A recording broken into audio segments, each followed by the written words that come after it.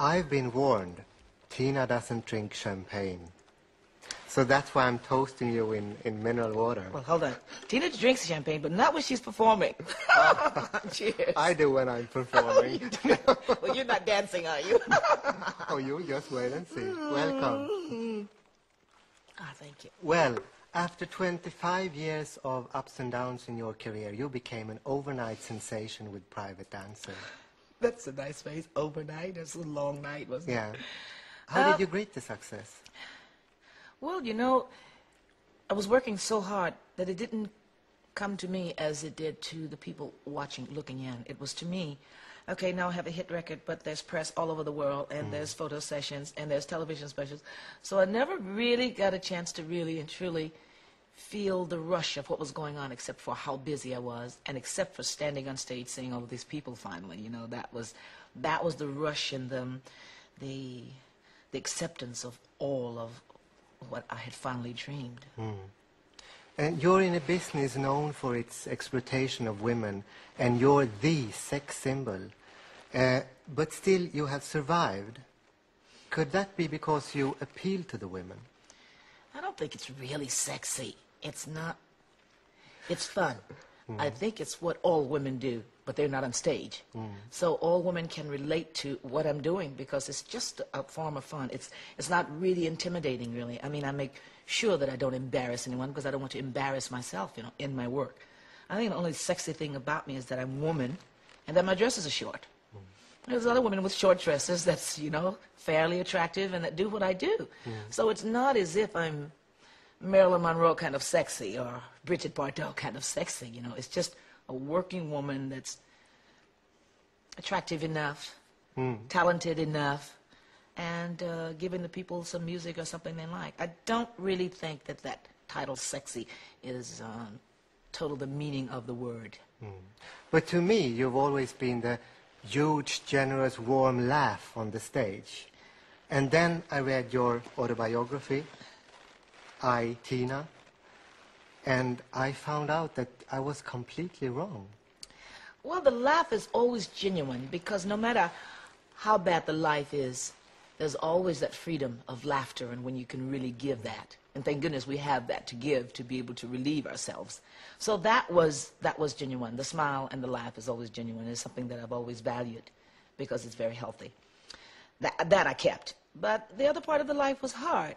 But why I didn't stop is because I hadn't gotten what I wanted.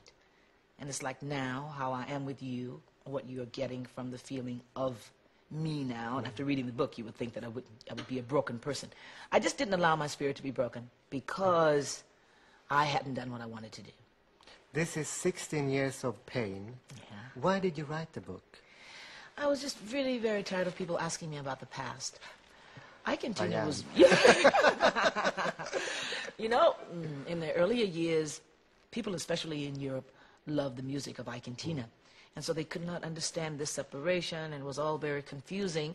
And I couldn't sit year after year, day after day, explaining it. So I felt, okay, I'll write the book finally and really finally tell the people what my life was like, and maybe they'll back off and let me go and finish this other phase of my life. I don't want to be reminded of a life that I live that I'm trying to forget, or that I have forgotten, and I'm constantly reminded because people don't understand it. Now they want to know why. How could you have done this? You know, it doesn't stop. Yeah. But it was 16 years of physical abuse. Yes, well, you know, my life hasn't been a wonderful one, but I'm fortunate that now it's becoming so. So that means there's a possibility that if you don't give up, that it still can happen. Yeah. I know you've been talking about men as the dessert of your life. No, yes, quite all right, but I didn't give up on the guys. They're still fine. There's some great ones out there someplace. Yeah. You found comfort in chanting. Tell us about it. I've been practicing Buddhism for about 10 years now. Baptist was given to me through my family. My family was, on my father's side, was basically all church Baptist people.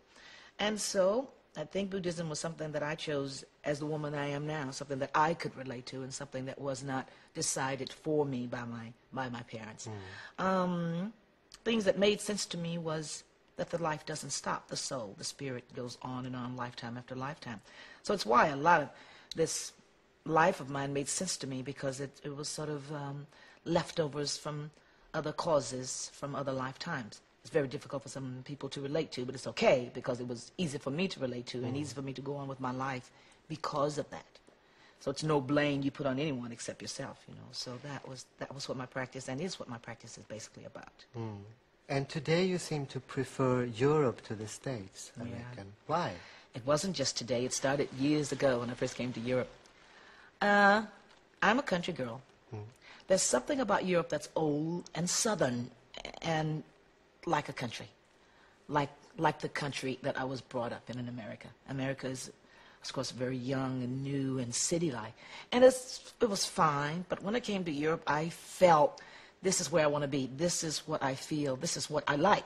Now, what was that about? I don't really know, except that as close as I've come to that now that I'm closer to moving here is that because it's like country people. Now, we're not talking about ignorant people. We're talking about people that really live honestly and sort of a genuine sort of down-to-earth kind of life, you know. It just feels good to me, that's all. It feels right. Timeless Tina, how long are we going to get to enjoy your show on the stage? 87, I'm touring practically the world. You coming here? Yes. After 87, I want to take, for the first time in my life, 1 year off. We're talking about really off. No press, no television, not even to record an album. The album following this one would probably come 89. Now, also I want to try to work on my acting career because I still can, because I'm still in demand. I didn't do it, and that's why I want to go into trying to do that. So you'll see me on the screen, you'll hear my music. And the traveling then will come as a desire, like if I feel like all of a sudden I want to play New York and the bigger cities and the bigger cities in Europe, the bigger cities in America and other parts of the world. But it'll only be looking like 6 months or maybe 3 months then, because it will just be for the sake of still making that contact with my fans. But the traveling is just about over with. One day we will be gone. How would you like to be remembered? I think the smile, the laughter. I think so. Because it's almost like when you don't speak a language and you walk in a room and you look at your fans and you give them a smile, all of a sudden they can feel without even speaking. And even not to touch, sometimes it's the smile and it's the eyes. So it's always that contact for me because it represents the type of person I am. I've never really sort of been a snotty kind of person. I've always been sort of very open and friendly. For that smile, I think, let's bring in the cake, wherever you are. Oh, nice. Jag må leva ut i 100 år. Ja, visst ska hon leva, ja, visst ska hon leva, ja, visst ska hon leva ut i 100 år. Blow and make a wish. It was 3 days ago, actually. I won't count them. It's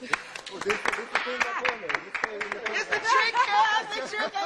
I had a feeling it was the tricky ones. Okay. Great. Oh, thank you. It's great. Can I have a piece? Of course, you'll have the whole cake with you. But just a piece now with everybody. Cheers. Marzipan is this. Thank you. Thank you.